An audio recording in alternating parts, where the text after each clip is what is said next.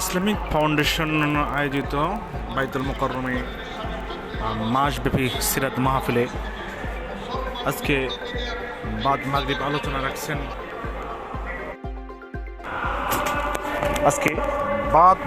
আলোচনা রাখছেন। মানব চরিত্রের পরিপূর্ণতা দানকারী হযরত মুহাম্মদ সাল্লাল্লাহু আলাইহি সাল্লামের বিষয়ের উপরে মাওলানা মোস্তাক ফয়েজি সাহেব, পীর সাহেব, নাগাইশ দরবার শরীফ, কুমিল্লা এবং বাদেশা আলোচনা রাখছেন সামাজিক অবক্ষয় ও বিশৃঙ্খলা রোধে বিশ্বনবী সাল্লাল্লাহু আলাইহি সাল্লামের আদর্শ, মুফতি নজরুল ইসলাম কাসেমি, শাহজালাল জামে মসজিদ, ঢাকা।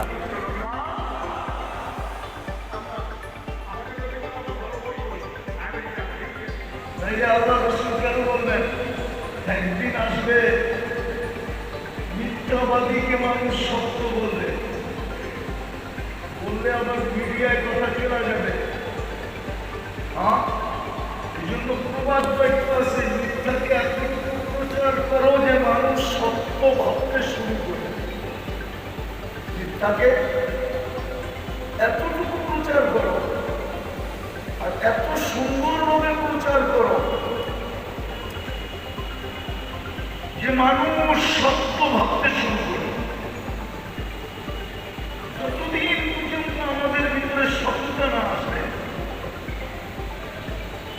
আমরা সৎ না হব, সত্য না বলব, মিথ্যাকে পরিহার না করব, ততদিন সমাজ সুন্দর হবে না। আমি মোটা বলতেছি, যতদিন আমাদের ভিতরে আমানতদারি না আসবে, আমানতদারি বলতে